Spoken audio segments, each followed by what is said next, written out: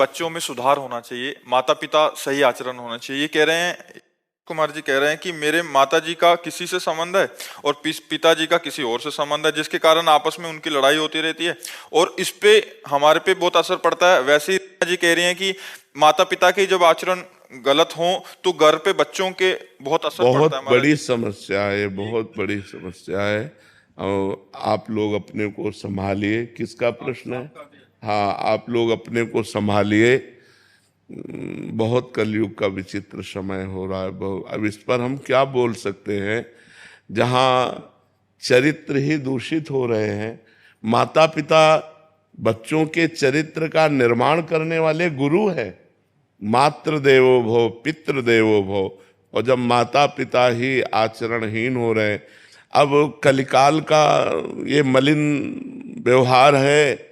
हमें लगता है बच्चों को अपने जीवन को संभालना चाहिए, ऐसे माता पिता से दूरी बना लेनी चाहिए। अब वो घर में है तो क्या किया जा सकता है, लेकिन अपने को सुरक्षित रखना चाहिए। ज्यादा विरोध करने पर हिंसा के खेल होने लगते हैं। तो मुझे लगता है कि हिंसा ना करके, अपने जीवन को पाप में न डाल करके, उनके आचरणों की उपेक्षा करके अपने जीवन को बचाना चाहिए। इसी कारण मैंने 2 बार मतलब काफी बार माता पिता पे हाथ उठा दिया। वही तो मतलब, हिंसात्मक प्रवृत्ति ना करे, चुपचाप शांत अपने जीवन को। तो अब जब जैसे बच्चे सयाने हैं और देख रहे हैं कि माँ गंदे आचरण कर रही है, तो फिर असहनीय हो जाता है।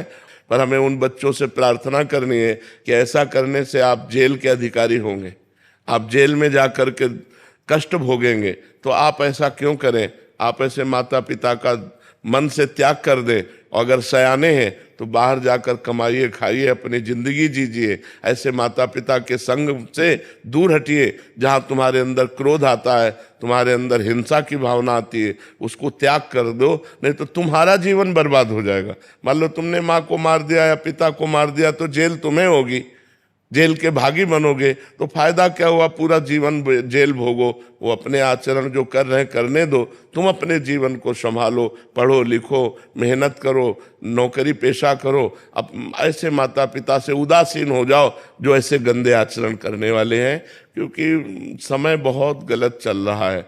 अब जैसे 50-60 वर्ष की आयु होने के बाद सबको चाहिए कि ब्रह्मचर्य से रहे और भजन करे। अब जब 50-50 वर्ष के लोग गंदे आचरणों में जा रहे हैं तो कितनी बुद्धि भ्रष्ट हो गई है। 22 वर्ष तक ब्रह्मचर्य रहे और उधर 50 वर्ष के बाद ब्रह्मचर्य प्रारंभ कर दे, बीच में गृहस्थाश्रम का प्रयोग करे, तो वो जीवन मोक्ष का अधिकारी हो जाता है। अब 22 वर्ष के पहले ही बच्चे बेविचार में उतर गए और 50 वर्ष के बाद वाले बेविचार में, तो मोक्ष और परमात्मा प्राप्ति और भगवत भजन, ये तो सब बहुत दूर की बातें हो गई। तो हम बच्चों तुमसे प्रार्थना करते हैं कि तुम अपने जीवन को संभालो, कभी हाथ मत उठाना, उन्हें मारना नहीं, तुम दूर हो जाओ, नौकरी पेशा करो, व्यापार करो, अपने जीवन को जियो। उनको मतलब मारना नहीं, कभी उनकी हिंसा मत करना, और वो तुम्हारे समझाने से समझेंगे नहीं।